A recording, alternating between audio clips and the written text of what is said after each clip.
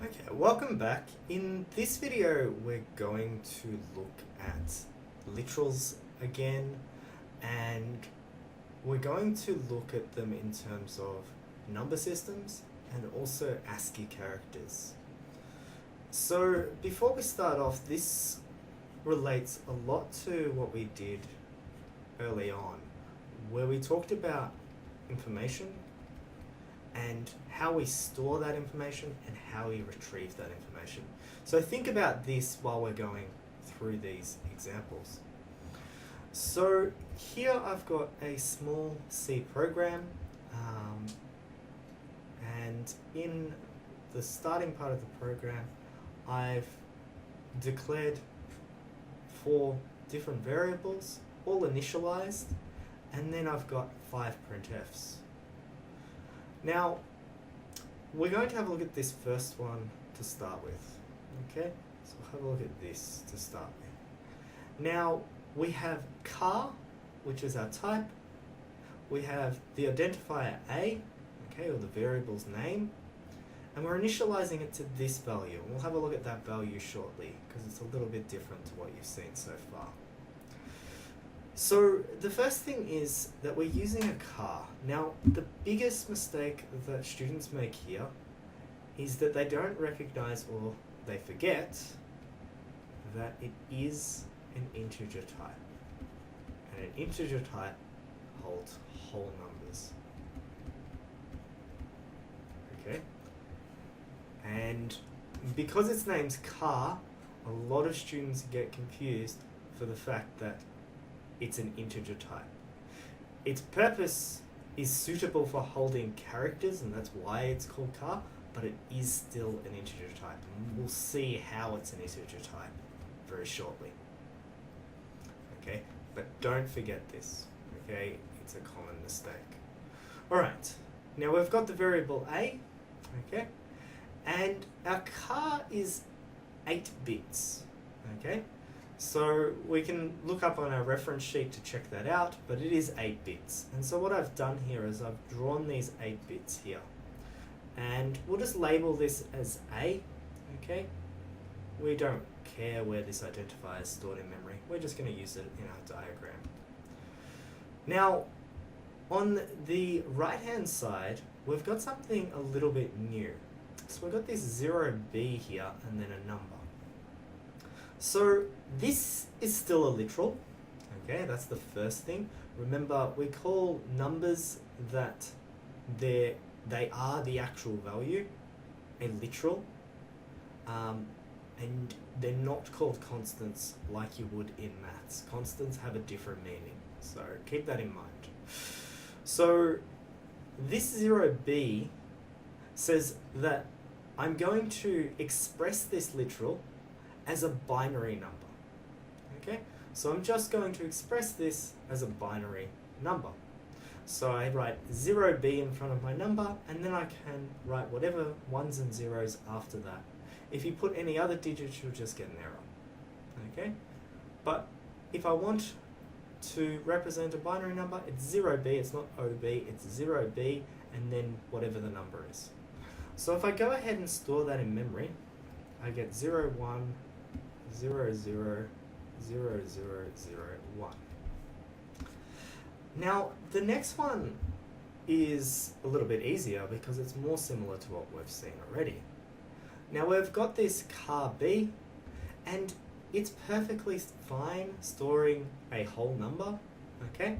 Except for this time, the number is a decimal, okay? Now, we have to store that decimal in this memory. And we cannot directly write a 6 in there, and we can't directly write a 5 in there. Rather, this needs to be converted to binary, which the computer does, and we'll store it appropriately.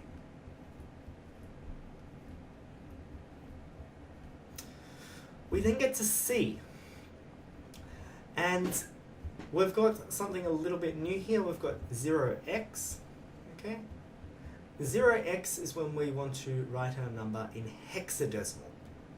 So here we have a literal in hexadecimal, so we've got the hexadecimal number 41.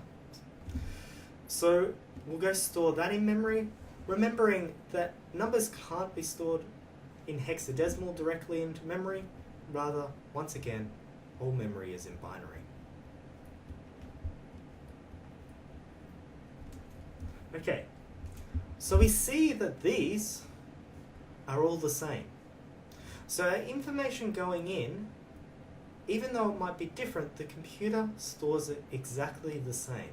And this is why we have to be careful when we retrieve it, because we could read it back in a whole heap of different ways, because all three of these are the exact same number. They're just in different number systems, but in the computer we always store it in binary. And so when we retrieve it later, that will be important. Now, the next thing, which is probably the most confusing for most people, is this last one. And here we've got this literal character. Okay, so when you see a character in single quotes, this is a literal ASCII character. Okay, so ASCII is just a standard for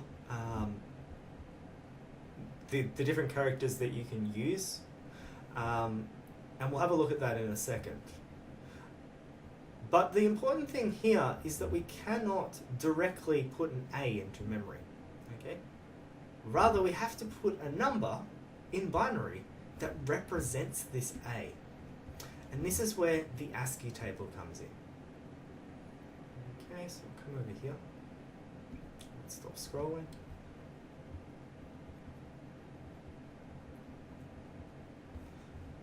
Go up a little bit.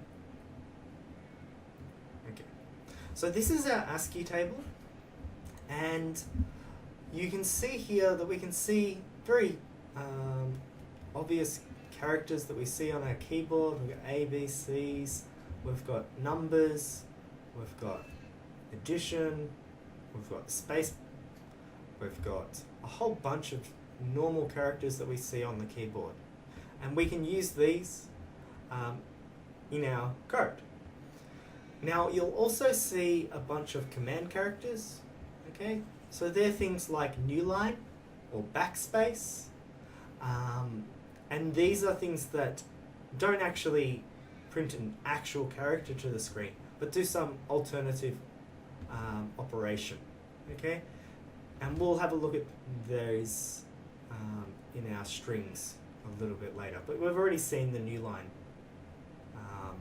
which is this one here, new line, okay?